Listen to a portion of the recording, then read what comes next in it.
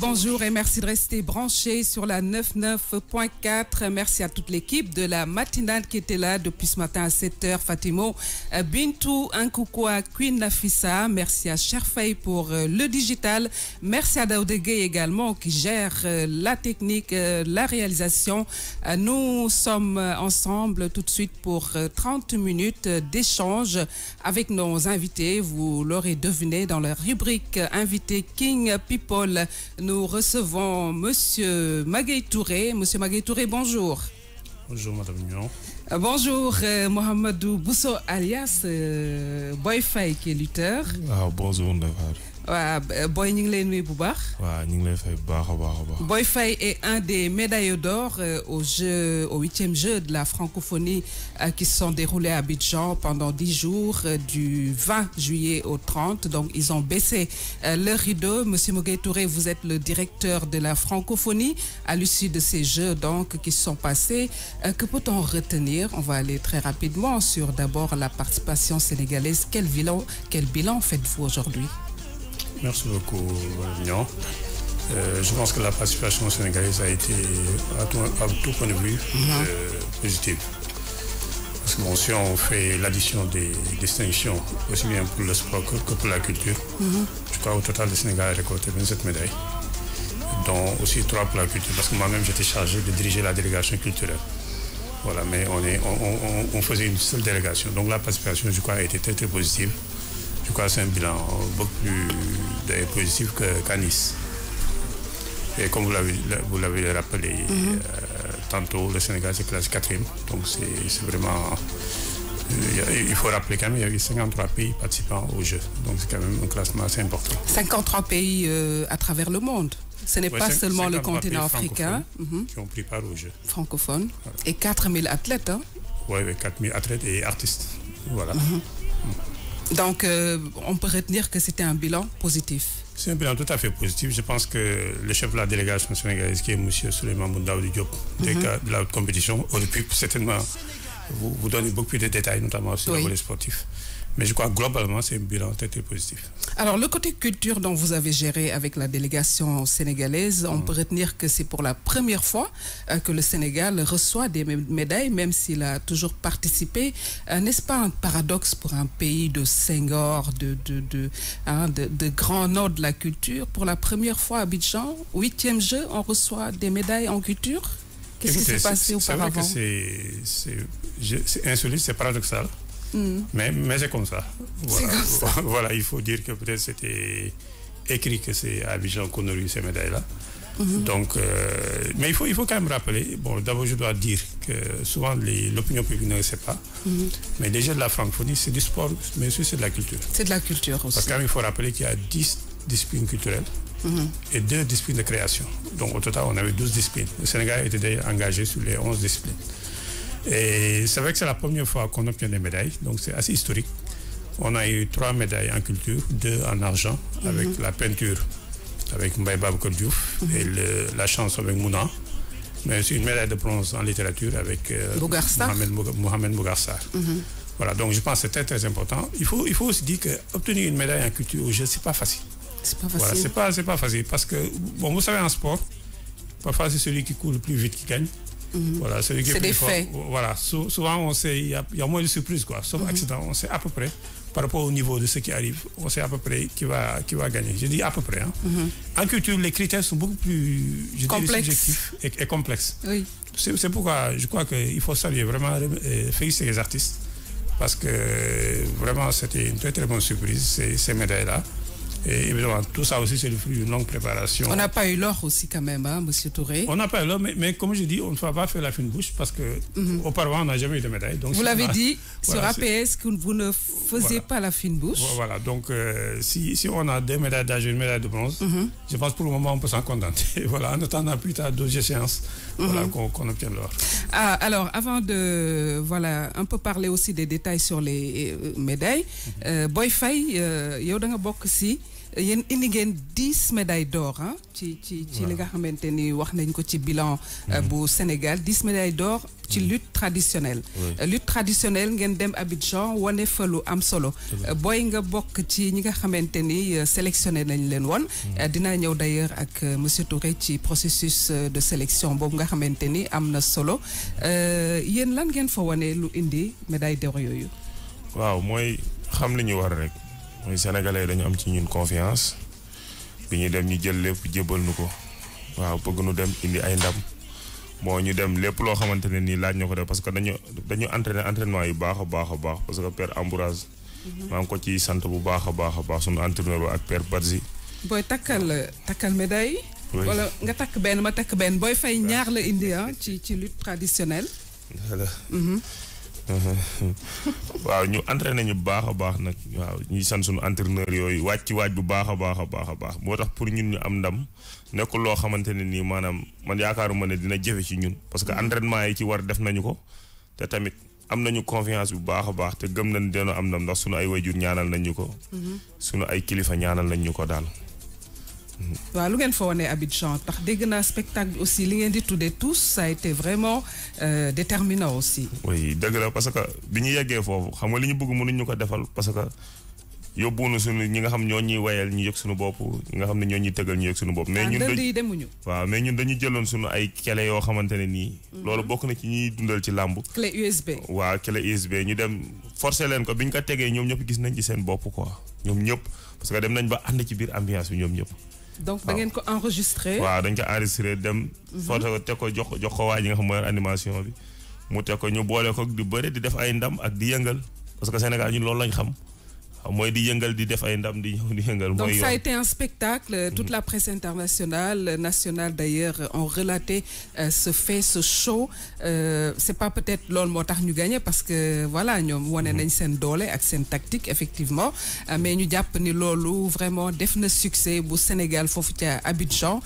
booy mu nekk loo xamante ni daal yéen liggéey ngeen ko fa. mais ci plan catégorisation. nan leen lañ fa indee foofu Abidjan nan lañ leen fa indee. waaw nit ñu fa indee neen la mooy ñun man maa doon def plus de 100 bi waaw 120 kilos bi waaw plus de 100 maa ko doon def. te gars yi ma àndaloon ñu. prise de 100. waaw muy xam nga affaire yi poids bu ndaw la ba 120 kilos. waaw sunu gars yi ñu àndaloon tamit nekk gars yoo xam ne ay gaynde lañ. ay Cheikh Tidiane Niang. ay Boy Sène Salamene. Omar Diouane ak Moussa Faye. gaa yi noonu nekk ay gaynde parce que lii problème ñu li ñu xam moom mooy kii day def ndam ñëw jox kii confiance ne ko demal indi ndam ñëw. waaw noonu lañ ko jàppee suñu biir. waaw déggoo tamit ñu nekk ñoo xamante ne tamit xàccandoo dóorandoo ñun fu nu munti dem ak bu nekkee Sénégal benn bopp lañ. waaw moom moo waral daal suñu ndam jëfewut parce que bëre moom yaakaar naa ne boo ci màggee boo ci juddoo ma màgg ci war na bañ a métti parce que man à l'âge de 7 ans. man jànguma école. bi may am 7 ans maa ngi daw di dugg camp ba di dem bàcc seeraas moo ma jàngal bëre. ñaataat nga am ay instant bi. instant bi man 92 laa judd. 92 nga judd. waaw. waaw di dem camp ba di entraîner bàcc téye suma loxo di ma jàngal bëre ak Lamine Gayen bi ma àndal nii ak Aliou Ba ñoom Baye Daam gars yi nga xam ne dañu sonnoon ci man Ibrahima Niang sama mag di ma force bëre bi waaw doo début nag commencement métti woon parce que maire bi bañoon na mais bi ñëwee ba ci biir. après gars yi ñaan nañ ko ba bàyyi na ma mu bëre. mais ñan nga dajeel parce que gis naa ni roumain yaa ngi fa woon marocain yi tout ça yan nationalité nga dajeel. waaw daje nañu ak guinéen daje nañu ak marocain. nga door guinéen bi. waaw daje nañu marocain daje nañu ak burkina bi parce que burkina bi ñaari yoon lañu parce que après jox nañu victoire contre Niger parce que ñoom it amuñ plus de 100 parce que seen plus de 100 bi daa ñëw ba foofu asam dafa ëpp. moo tax bëriwul parce que il faut ñu yemale poids yi. waaw même bu dul poids yi sax at yi. parce que yaakaar naa ne boo rombee 30 ans rek boo ko amee doo dem. d'accord. waaw te moom comme asam dafa ëpp moom moo taxoon kii ak yeneen victoire yoo xam ne noonu lañ ko gagné. waaw léegi daal loolu la ñuy def daal suñu borom defoon nañu ci ndam ñu koy delloo Sénégalais yi quoi tamit. waaw gis nga moo tax Cheikh maa ngi nii Daouda takk man tamit médaille bi parce que médaille bi pour Sénégal yëpp la moom moo ko ñefe foofu ci Abidjan ñun ñu mën ko takk tiitoro ko Magueye Touré monsieur Touré par rapport ñu continuer si wolof bi wala ñu continuer français bi ñu continuer donc par rapport à ces trophées quelle serait la finalité pour ces médailles quand même? Bon, moi d'abord je voudrais féliciter vraiment les lutteurs parce que moi j'étais à la finale, j'étais présent à la finale et comme Boy Faye l'a dit, d'abord ils ont mis l'ambiance et vraiment c'était impressionnant parce que toutes les finales étaient remportées par le Sénégal. Donc, je crois que les 10 médailles que le Sénégal a eues au jeu sont toutes des médailles de la lutte. Voilà, donc je crois qu'on n'a jamais autant entendu l'hymne national. Oui. Tous les spectateurs ont fini même par apprendre par que l'hymne national du Sénégal. Voilà, donc ça, je pense que c'est une très grande fierté. Bon, maintenant, je pense que tous les médailles en général des Jeux, que ce soit en sport ou en culture, notamment ceux qui ont des médailles d'or, il y a quand même un accompagnement. Voilà.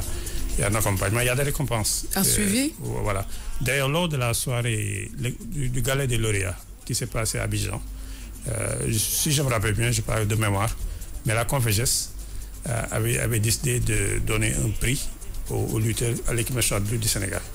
Voilà, maintenant peut-être il faudrait les approcher pour voir un peu quelle est la nature de ce prix-là. Oui, il y avait d'autres disciplines telles que le basket. Voilà. Bon, c'est vrai qu'on n'a pas eu de trophée. Mais en tout cas, il y a des structures qui vont les accompagner, qui vont d'abord les récompenser, qui vont les accompagner sur la durée. Voilà, c'est ça aussi le lot des médailles en général au Jeu de la francophonie. Et quelle forme d'accompagnement ce serait? Écoutez, ça peut être un accompagnement financier, ça peut être un accompagnement technique. Voilà, par des formations. Meilleur encadrement. Voilà, par un meilleur encadrement, voilà. Mais il y a toujours un accompagnement pour les médailles, notamment les médailles d'or. Notamment les médailles d'or. On va revenir sur le processus de sélection. Comment ça se passe? Il paraît que c'est long. Depuis février 2015, vous y étiez. Comment ça se passe? Bon, écoutez, bon, moi après je veux parler pour la culture, mais je crois que c'est le même processus pour tout le monde. Parce que d'abord, je dis le processus est long parce qu'on commence d'abord par le fait que l'État décide de participer au jeu. C'est ça la première étape. L'État décide officiellement qu'il participe au jeu. Après, il y a une cotisation qu'on verse. Voilà, qui en général... Qui cotise les participants? Non, c'est l'État du Sénégal qui cotise. Qui cotise voilà. En général, pour cette cotisation-là est partagée moitié-moitié par le ministère des Sports et le ministère de la Culture. Oui. Ce sont les deux parties prenantes.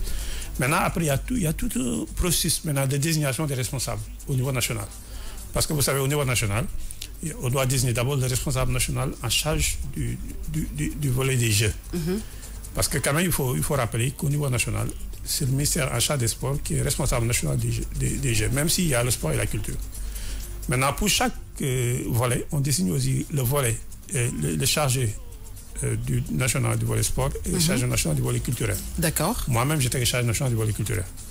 Après, on désigne pour chaque secteur le chargé du volet de la communication pour le sport, le chargé du volet communication pour la culture. Voilà, puis maintenant d'autres responsables qu'on désigne. D'autres responsables, je vous parlais peut-être même des membres du jury. J'ai vu qu'il y a un Sénégalais parmi les membres du jury, notamment M. Amadou Lamine Sall, également un Canadien. Qui organise cela? Écoutez, il y a d'abord les jurys au niveau national. Parce que vous savez, pour les Jeux, il y a plusieurs phases de sélection. C'est pourquoi ceux qui participent assez de mérite. Parce qu'il y a d'abord une présélection nationale. Où on met en place des jurys. En tout cas, pour la culture, nous, on a mis en place des jurys par discipline. Pour chaque discipline, on a mis un jury de 3 personnes. Ceux-là sont chargés de présélectionner un groupe d'artistes. Après, il y a une deuxième étape qui s'appelle la sélection nationale. Cette sélection nationale est effectuée par un jury de 2 personnes envoyées par l'OIF, qui vient voir les artistes et qui sélectionne ceux qui vont maintenant, dont les dossiers vont être soumis au jury international qui se réunit à Paris. Et c'est ce jury international qui se réunit à Paris qui recense tous les dossiers au niveau international. C'est ce jury-là qui décide de ceux qui vont participer effectivement au jeu. Voilà. Maintenant, le jury dont vous parlez, ce sont les jurys installés par le Comité international des Jeux de la francophonie. Et dans ce jury-là, évidemment, on avait des compatriotes. Par exemple, M. Amadou Lamine Sall, qui est très connu, était le président du jury de littérature. Madame Kassira Diagne était membre du jury par rapport à la danse de création. M. Rémi Sagna, qui est directeur du cabinet du ministère de la Culture et de la Communication, était un expert du comité international des Jeux de la francophonie. Voilà, on avait quand même des compatriotes qui étaient représentés au niveau international et il faut s'en féliciter. Alors, le Sénégal a été 4e, je le rappelle, Monsieur Touré, avant ñuy marqué pause rek ak Daouda nga xamanteni Boy Faye benn anecdote tout à l'heure dafa ñëw egsi ñu offrir ko café mais ci tasse café bu ndaw bi mi ngi ci def 7 bekku sucre. Boy, moi ça m'a tellement étonné que dama di woon dama koy wax les lutteurs ou bien les sportifs d'une manière générale ñoom dañuy lekk sucre bu bëri. Oui, dañuy lekk suukar bëri parce que dañuy dépenser énergie bu bëri. waaw mooy waral suukar si ñu koy dundee noonu quoi. mais ragalu leen diabète bi wala vous en. non ñun ni ñuy exporté métti na métti boo xamante ne nii faaw ñu def parce que man bu fekkee ne comme nekkuñu équipe nationale noonu lay def équipe nationale rek bu ñu fa nekkee regroupement 3 séances ngay def comme boo nekkee tamit c'est que 3 séances. soo waxee équipe nationale kon dafa am équipe nationale bu lutte traditionnelle. dafa am waaw. dafa am parce que mooy dem CEDEAO. mooy dem fépp.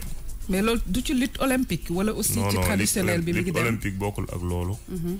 waaw lutte olympique bi spécial la parce que ñun tamit dañ koy jàng ñaari lutte yëpp mun bu ñu nekkee kees lépp dañuy jàng dañuy dem fajar gi def réveil musculaire dañuy def 5 heures du matin bu ñëwee 10 heures da ngay dem ci kaw tapis bi. def lutte olympique. soo paree ngoon gi di nga dem defaat ay lu mat ay 6 quarts d'heure 3 minutes contact bu bokkul ak di nga defee woon olympique muy yaa ngi jàng ñaari façon bëri ba pare boole koog man damay def lutte frappe tamit. lutte avec frappe. waaw def naa 11 combats lutte avec frappe. xam naa am na koy laaj après fii Sénégal. on va en revenir ban morceau nga bëgg daaw di tegal la ko ñu def benn pause on va marquer une petite pause musicale avant de revenir avec nos invités monsieur Magueye Touré qui est le directeur de la francophonie et Mohamedou Bousso dit Boy Faye qui est un des médaillés d'or à ces 8e Jeux de la francophonie qui se sont déroulés pendant 10 jours à Abidjan du 20 au 30 juillet.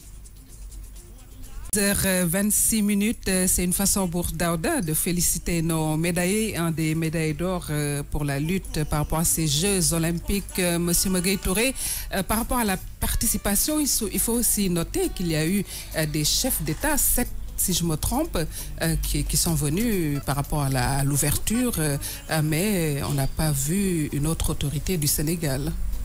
Bon, écoutez, je crois que le président de la République a été représenté. Il a été représenté par le ministère des Sports. Le ministère de la Culture aussi avait été représenté, puis d'autres autorités. Il y avait des représentants de l'Assemblée nationale. Donc je crois que l'essentiel, c'est que le Sénégal soit représenté. Et je crois que le Sénégal a été bien représenté. Alors, bien représenté, mais au niveau des accréditations par rapport aux journalistes, 900 journalistes étaient là-bas pour couvrir l'événement. Mais en ce qui concerne le Sénégal, quand même, il faut le dire, certains confrères ont un peu regretté les difficultés notées par rapport à l'octroi de ce sésame. Comment ça se passe ? Écoutez, les accréditations pour la presse, ça se fait en ligne, directement. D'accord. Voilà, c'est un journaliste qui doit aller sur le site des Jeux et qui s'accrédite. Voilà. Bon, maintenant, entre l'accréditation et peut-être la participation, il y a quand même une différence. Parce que la participation, ça demande une prise en charge, ça demande peut-être que le journaliste soit désigné par son média d'origine, ça demande peut-être qu'une institution le prenne en charge, etc. Donc, ce sont d'autres considérations. Mais pour l'accréditation, vraiment, c'est assez simple, parce que ça se fait en ligne. Voilà. En tout cas, nous, au niveau de la... Il n'y a pas un problème de coût aussi ? Comment ? Il n'y a pas un problème de coût financier ? Non, pour l'accréditation, non. Pour le nombre de journalistes qui devraient partir et couvrir ? Écoutez, évidemment, si c'est la participation, il y a forcément un coût. Voilà, parce qu'il y a l'hébergement, il y a la prise en charge sur place. Mais moi, ce que je tiens vraiment à souligner, c'est que nous, cette année, on a tenu, ce qui ne se faisait jamais dans le passé, on a tenu à associer la presse culturelle aux Jeux de la francophonie. D'accord. Voilà. Ils étaient combien pour le Sénégal ? Bon, je peux les citer. Hein. Déjà, oui, RFM on avait signé un accord sur place avec la RFM, qui était représentée par Ndati Diop, à qui je souhaite d'ailleurs un prompt rétablissement parce qu'il a été malade. Il y avait la Radio Sénégal Internationale avec Aline Diop. Il y avait l'association de la presse culturelle avec Oumourigina Sambou. Il y avait l'APS avec Fatou Kitnesen. Il y avait Le Soleil avec Cheikh Fantemadi Keita. Et on avait aussi le service de communication du ministère de la Culture avec Hassan Dia et le caméraman, donc Sadega Sall. Donc c'est quand même une très bonne équipe et ils ont fait vraiment un excellent travail. Voilà. Oui, mais sauf que la présence de médias privés était très restreinte, hein, par rapport à ce que vous me dites. Écoutez, nous, les médias privés ne nous ont pas vraiment sollicités. D'accord, il faut donc solliciter pour que vous puissiez revenir. En fait, le média privé peut choisir librement d'aller au jeu, parce qu'ils ne sont pas obligés de passer par nous. D'accord. Peut-être que certains médias ne l'ont pas fait. Mais pour la RFM nous a approchés en demandant un partenariat qu'on avait accepté. Donc on a signé une convention et c'est sur cette entente-là que la RFM a envoyé Ndate Diop. D'accord. Voilà. Alors, Boy Faye moom nee na fi ñu toll nii am na ñu muy laaj Dakar en matière de compétition GFM Entertainment mi ngi fi tey bu ñu la doon laaj Boy instant bi kan ngay laaj ci ñu mag ñi lutteurs yu mag ñi kan ngay xalaat. waaw xam nga fi mu ne nii moom li ñu naan picc ngi ñu xaw ma kaw xel baa ngi ci suuf. ñu ne fi mu ne nii mën a. picc ngi ci kaw xel baa ngi ci. d'accord Pape Diouf comme ñoo ngi ci suuf mais sunu ay xel mi ngi ci kaw.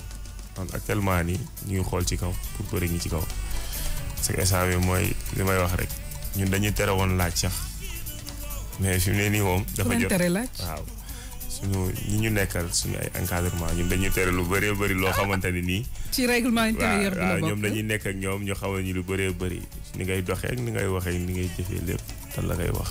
donc fi mu ne nii amoo droit nga ni bëgg naa bëre ak Balla Gaye Modou Lo amoo droit boobu. waaw bëgg naa loolu kay bëgg naa loolu instant bi gars yi fi ñu toll ci làmb man bëgg naa loolu bëgg naa dem ba jël roi des arènes parce que dafa am loo xam ne dama ko dig sama fi ma dëkk muy Pikine ginnaaw raay ak waa Parcelles Unité 4 Pikine laa juddoo ginnaaw raay dama leen dig roi des arènes te insha allahu rabbi bëgg naa leen ko yóbbul mais làmb actuellement nii gars yi dañ leen war a jàppale quoi. dañ leen war jàppale dañ war a dimbali bu baax a baax. dimbali si côté. waaw na état bi dimbali gën a dimbali làmb. waaw Maguette Touré directeur de la francophonie wax na ko nee na médailles yi ngeen indi dina am benn processus de suivi. encadrement bu laajee aussi sax dimbali ci xaalis. ministère bi mi ngi ci kii je pense que ñoom defaguñu seen bilan. avec l'État je crois que c'est ça. Bon, je pense que ce volet-là, c'est sans doute, comme j'ai dit tout à l'heure, M. Souleymane Ndaoudi Diop, qui est directeur de la compétition, qui était chef de la délégation sénégalaise au jeu, donc du ministère des Sports, qui pourra mieux vous répondre.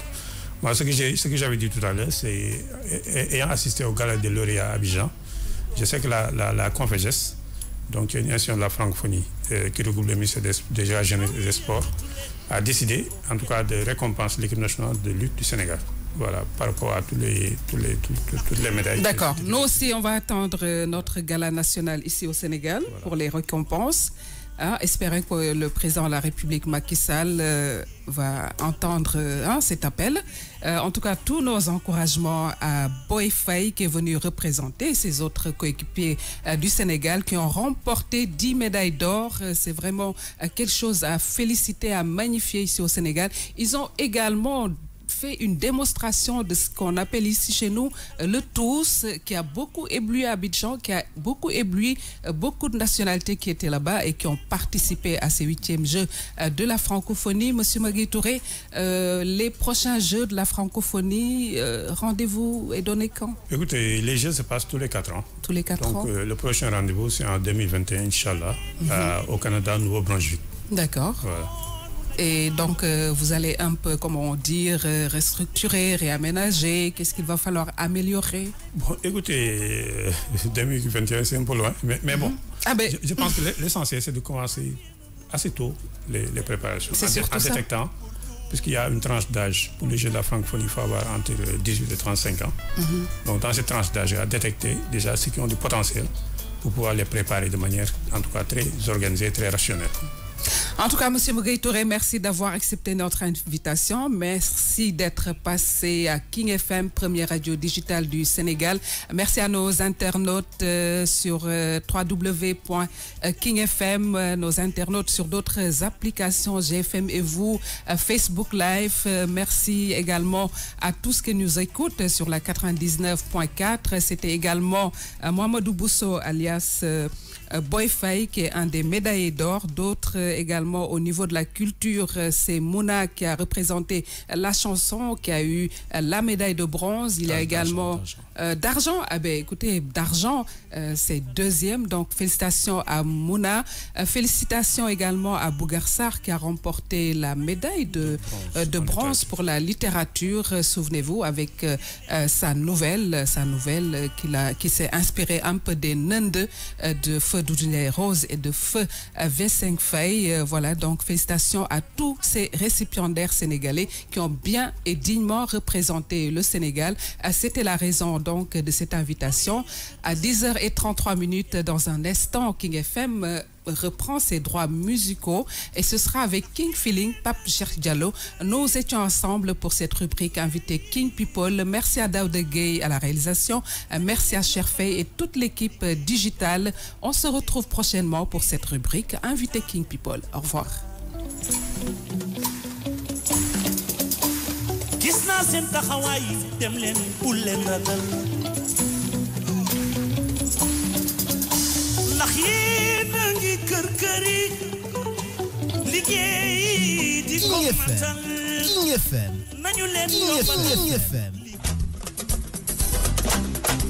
King FM 80.